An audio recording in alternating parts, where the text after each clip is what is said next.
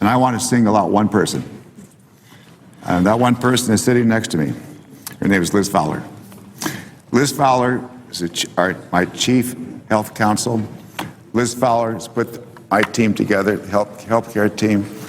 Liz Fowler worked for me many years ago, and left the private sector, and then came back when she realized that she could be there in the creation of healthcare reform, because she wanted to, in a certain sense, that to be her professional lifetime goal.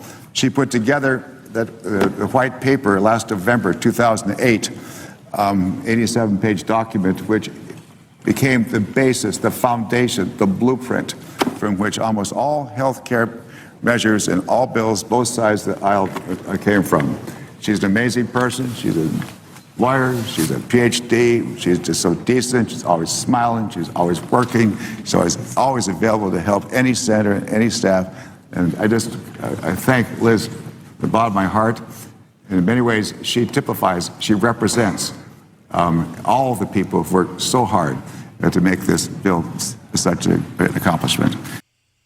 So what, you're thinking? So who is this Liz Fowler anyway, and why is it so important to be bringing up this, well, gushing and rather embarrassing praise from Senator Baucus on the House floor? Well, it's because Liz Fowler is not just someone who was formerly in private industry, as he tangentially made mention of in that speech, but someone who, well, had a very interesting history, and one that we can even pick up from mainstream sources like NBCnews.com, which had a post back a few years ago, Fact or Fiction? Senate Chairman has ties to big insurer.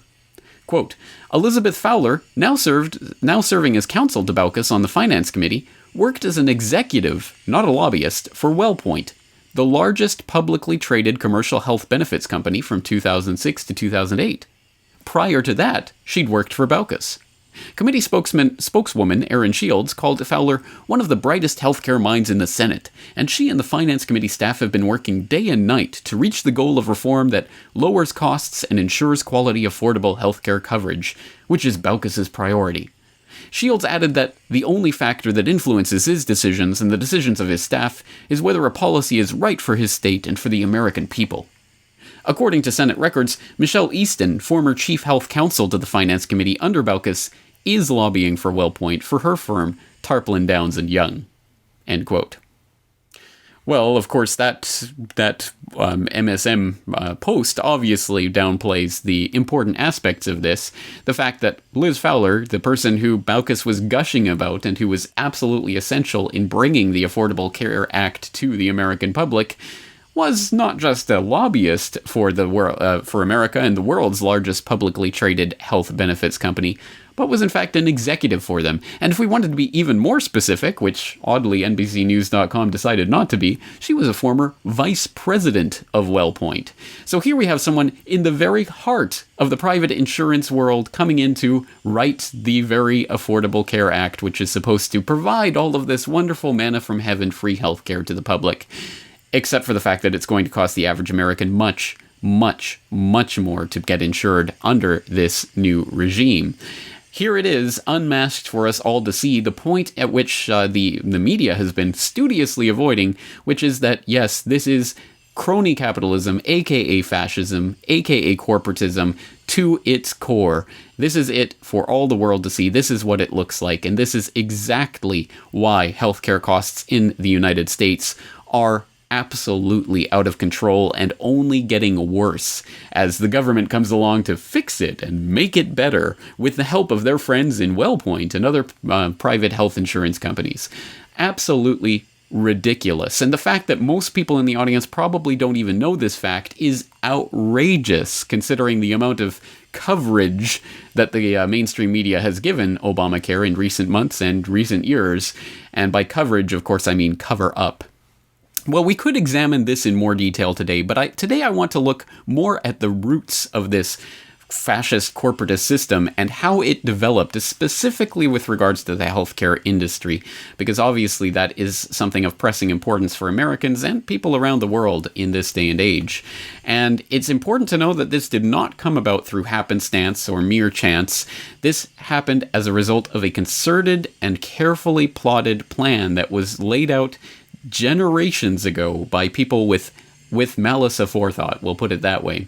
And just for an example of how and when and why and who this plan developed and originated from, we should turn back to that book that we opened today with reading that short passage from the introduction. I mentioned it was by E. Richard Brown. It was published by University of California Press in 1979, but I did not mention the title of that book, which is Rockefeller Medicine Men, Medicine and Capitalism in America. Oh, that's right, folks. The American healthcare system really does go back to the Rockefeller family. As the legislatures under Rockefeller's leadership, he set up the American League of Municipalities, which controlled all the small towns in the United States, and the American Association of State Governments, which controlled all the state governments in the United States, including the legislatures. And he used the state legislatures to draft new methods for controlling doctors and hospitals. And so all hospitals and all doctors had to be licensed through state legislature, which sounded wonderful if you didn't know what was going on. That you had to go through John D. Rockefeller to get a medical license and a hospital license. Wow. That's what it amounted to. And that's the system we have today. And today we've become the sickest nation in the world and the most expensive medical care in the world, except you never get well. Which seems to work out for everybody except the patients. Works good for the doctors, doesn't it? Good for the doctors. It's good Drug for companies. Oh, yeah. So everybody's happy except the poor patients. And whenever you go to a doctor today and he prescribes a medicine for you, he says, you're going to have to take this medication for the rest of your life because it's against AMA principles to ever cure anybody.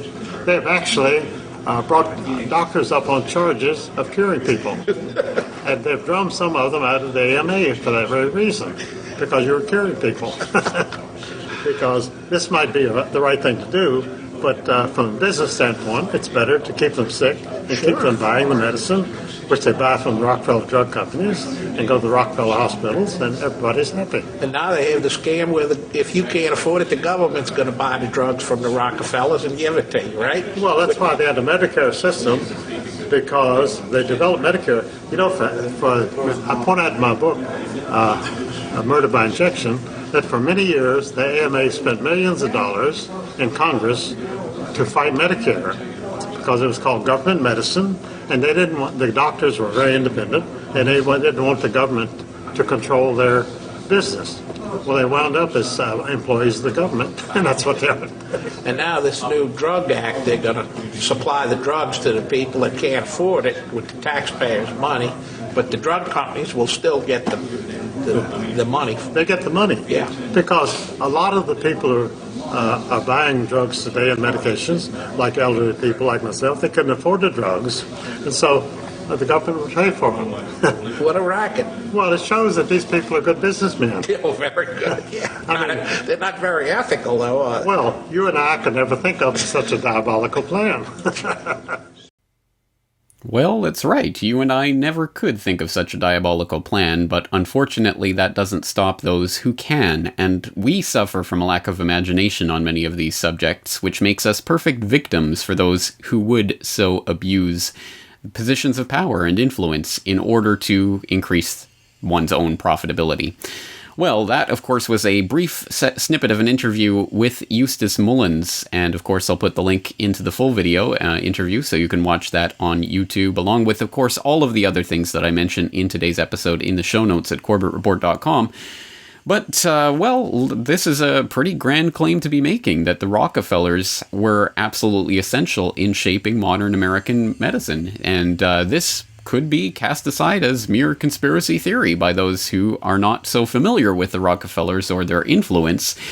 And for example, I mean, just as one example of that, we could cast our minds back to The Last Word on Snake Oil, a video that I produced a couple of years ago, showing that the Rockefellers' roots, ironically enough, really does go back to medicine, aka fake medicine, aka snake oil, as the progenitor of the Rockefeller dynasty, John D. Rockefeller's father, was in fact not only a bigamist and a shuckster, but in fact also someone who literally sold snake oil, attempting to cure people's cancer.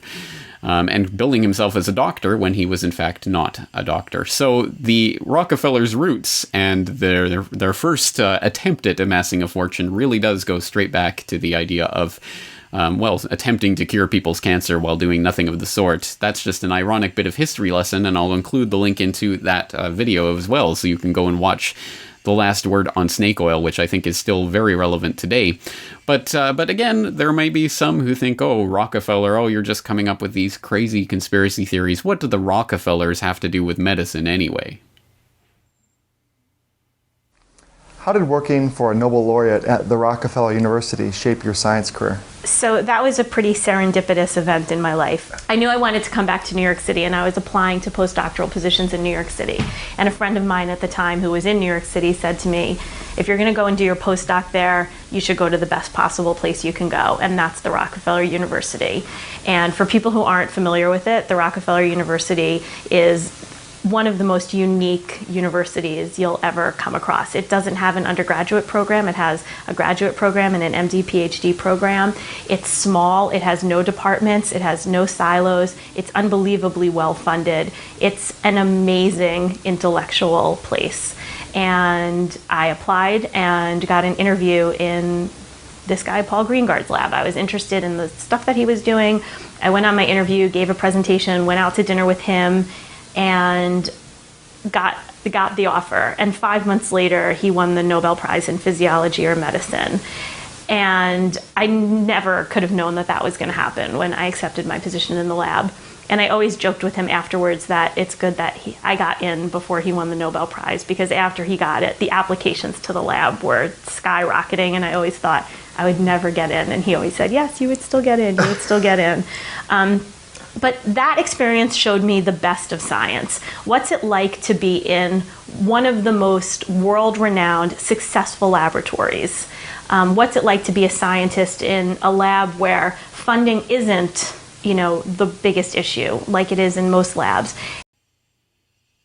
Well, oh, yes. I mean, that Rockefeller family, yes. The Rockefeller Foundation, the Rockefeller University, yes. Oh, okay. Well, I mean, the Rockefeller name is associated with medicine, but not the family. I mean, they haven't had anything to do with it since the founding of the Rockefeller Foundation back in the early 20th century, right? Well, this is, of course, something that is not really controversial for anyone who's actually studied the literature on the subject, which continues to amass apace.